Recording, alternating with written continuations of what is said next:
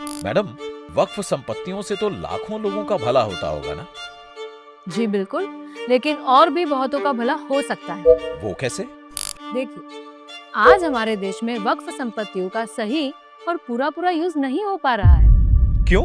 इसके कई कारण हैं, जैसे कि जमीनों का कानूनी विवाद होना, टाइटल क्लियर ना होना, गलत लोगों को लीज पर दे देना। There are many such reasons.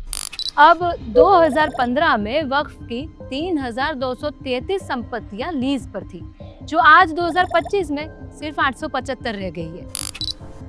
इनका रेंट भी अब ना के बराबर आता है। अब इतनी संपत्ति होने के बावजूद भी वक्फ बोर्ड्स के पास ना इनफ स्टाफ है, ना इनफ फंड।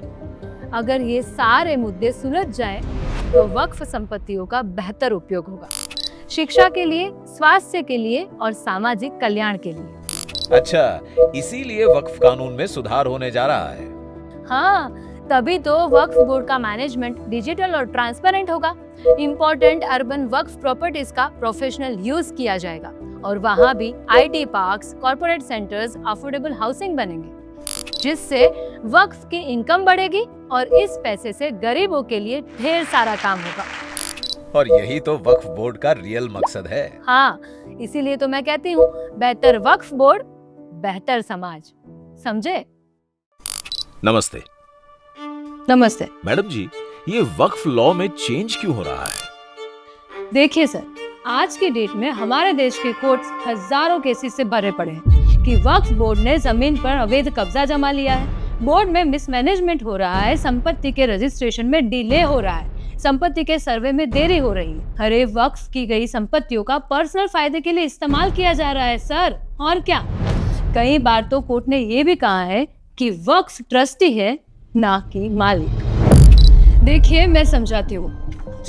ये केरला हाईकोर्ट ने कहा है कि वक्फ बोर्ड एकमात्र कानूनी निकाय है, ये मुस्लिम समुदाय का प्रतिनिधित्व करने वाला निकाय नहीं है। और तो और इलाहाबाद हाईकोर्ट ने भी कहा है कि मुतवल्ली का अधिकार सिर्फ प्रबंधन तक सीमित है, वो संपत्ति का मालिक नहीं होता, उसकी भूमिका पूरी तरह धर्मनिरपेक्ष है। यहाँ तक कि वक्फ अधिनियम 1995 की धारा 96 भी कहती है कि केंद्र सरकार को वक्फ संपत्तियों की सामाजिक, आर्थिक और शैक्षणिक गतिविधियों को रेगुलेट करने का अधिकार है।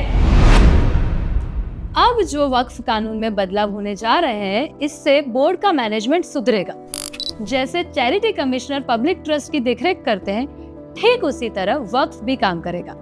बोर्ड का एक सेंट्रलाइज्ड पोर्टल बनेगा, जिससे वक्फ संपत्तियों के रजिस्ट्रेशन, लीज और मैनेजमेंट में पारदर्शिता आएगी, जिससे ऑनरशिप इश्यूज जल्दी सुलझेंगे और बोर्ड की संपत्ति का उपयोग सच में समाज के गरीब और वंचित लोगों के लिए होगा।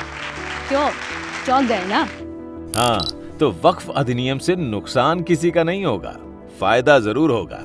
जी, बेहतर वक्फ बोर्ड, बेहतर मुस्लिम समाज, इसे कहते हैं भागीदारी से भाग्योदय।